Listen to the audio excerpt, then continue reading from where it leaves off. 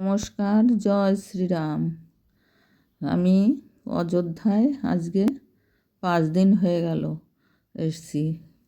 অনেক আনন্দ পাচ্ছি, ঘুরে ঘুরে দেখছি সব কিছু, আর মনে হয় বারবার ঘুরে দেখি।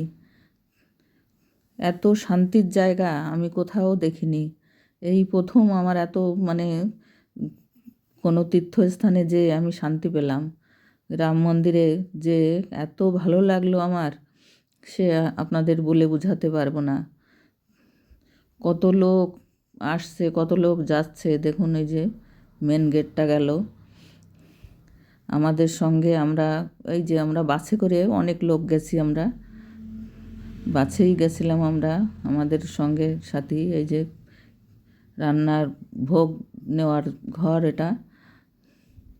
এই যে দেখুন কত লোক, লোকে লোকে লোকারণ্য, কত দেশ বিদেশের লোক এসছে। আর তারা কত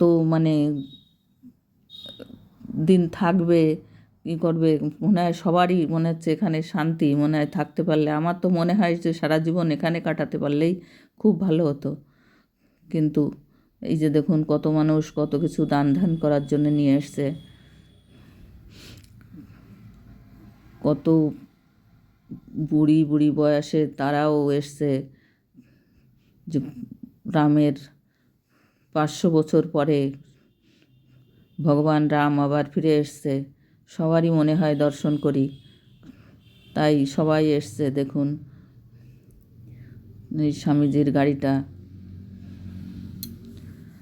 এই রামের ধেনুতে করে উনি ঘুরে বেড়ায়। আমরাও কখনো কখনো যাই আর কি পদযাত্রায়।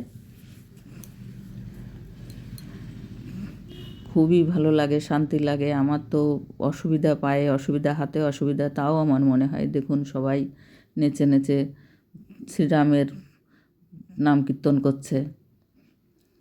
এই যে আমাদের টিমে যেখানে যে দাঁড়িয়ে আছে, এই যে সব যাচ্ছে, ডাংখা নিয়ে গেছে, সব ডাংখা বাজিয়ে সব ঘুরে ঘুরে পদ দিয়ে ভ্রমণ করছে। নমস্কার, ভালো থাকবেন। পারলে একবার সবাই যাবেন শান্তির জায়গা।